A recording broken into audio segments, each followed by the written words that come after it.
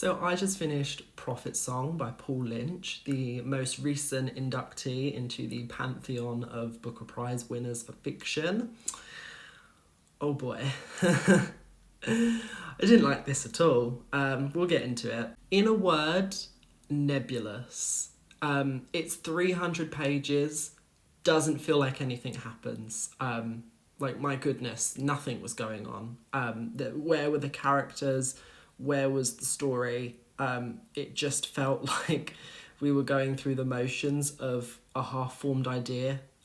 Several half-formed ideas, actually, that just do not come together in any real meaningful way. I understand I'm in the minority with this. I have to be. Won one of the most prestigious literary awards there are. But the Booker isn't always on the money with what we want to read. There's definitely a few Booker Prize winning novels that I've read that have been stinkers, and the last few years have been fantastic picks, so I knew inevitably something was going to come along that was just going to make me say, huh? Something we also need to address, because I felt like I was losing my mind while reading this book. Have you ever read a book where the print is that big? The camera is not going to do justice to just how large this print is, and I found it baffling. Like, did I buy a special edition of this book? Like, is this version meant for someone who owns reading glasses but hates wearing them? Like, why was the print so big? Was it to give the illusion of, like, how long the book really is, or was it to make it feel better when you get through it? It completely threw off the experience, and I know that's a weird critique, but print is important, and I've never seen a book in this genre print this way before. It was weird. So if I'm not mistaken, and it is possible that I've misunderstood this book, but I believe it's about taking the sort of the war zones of the Middle East and countries that have really struggled with senseless violence and bloodshed, taking the stories of refugees, superimposing all of that into a Western experience. So the book takes place in Ireland. Our main character is called Eilish. She is like a mother of four, and the story is like her coming to terms with this dystopian society as it envelops her and her family's way of life. You know, her husband goes missing very early on, and we never see him again, and she's just trying to pull everything together. Now, the concept of that, solid, you know, going into it, I was like, oh, great. The actual execution, no, not for me. Right off the bat, Paul Lynch's style of writing, not for me. And I'm all for profundity, yeah? Madeline Miller, Ocean Vuong, you write beautiful prose.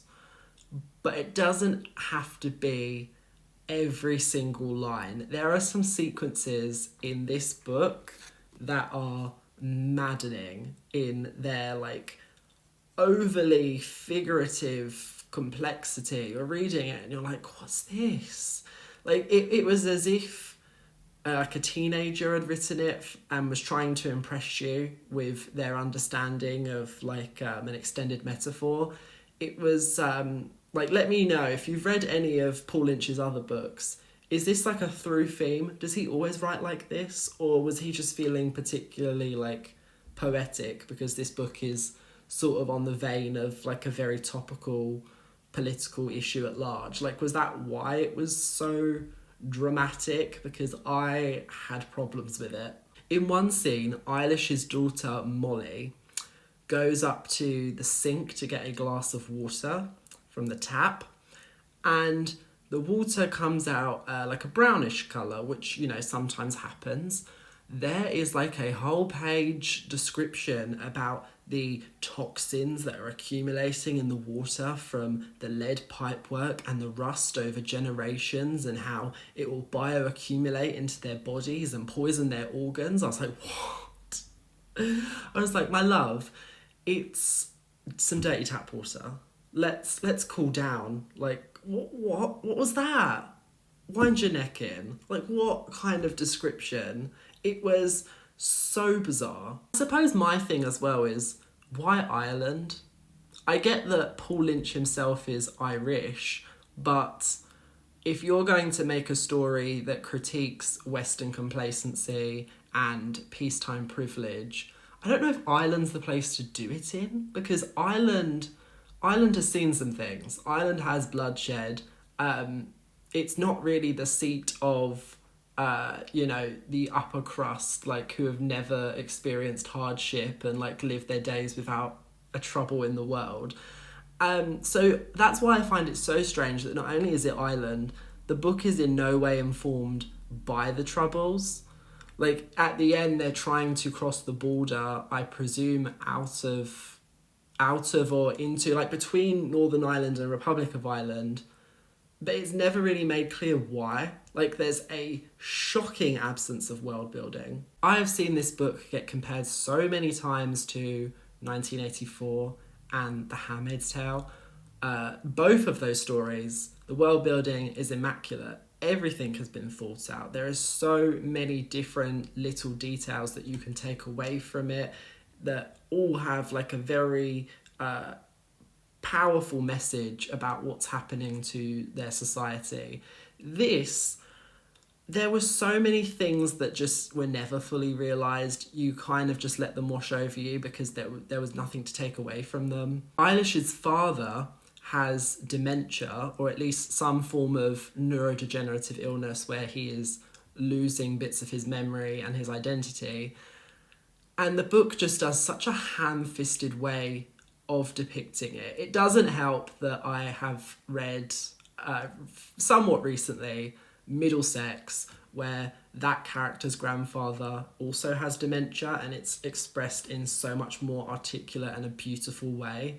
But even even Tender is the Flesh, which is also like a dystopian story, has like a dementia angle that was written with more care than what happened in this book.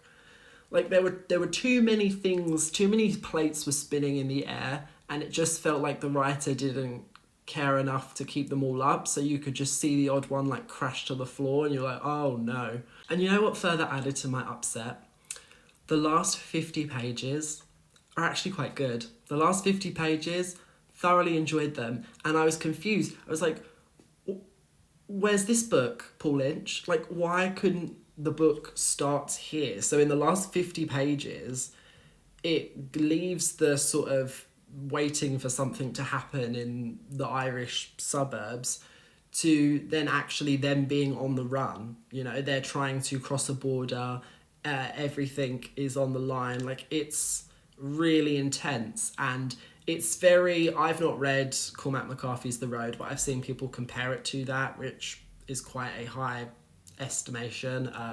I can't quote anything on that because I haven't read it, but it was good, and I don't know why the book didn't start with them on the run and then focus on that journey, show how difficult it is for refugees to abandon everything that they've ever known and try and adopt a new way of life, like make it a critique on our reluctance to acculturate them. That would have been such a better novel. Instead, like, the first 3/4 of it is just this weird smattering of like housewife issues. Like, there's literally moments where she leaves the supermarket and she's like, oh, I forgot to get milk. Is that dystopian? So as far as Booker Prize winners go, I can't earnestly recommend this. I would put it right down with like In a Free State. It reminds me a bit of that book, actually. They have similar issues. I picked an auspicious time to do this as well because the 2024 long list is announced this week, I believe.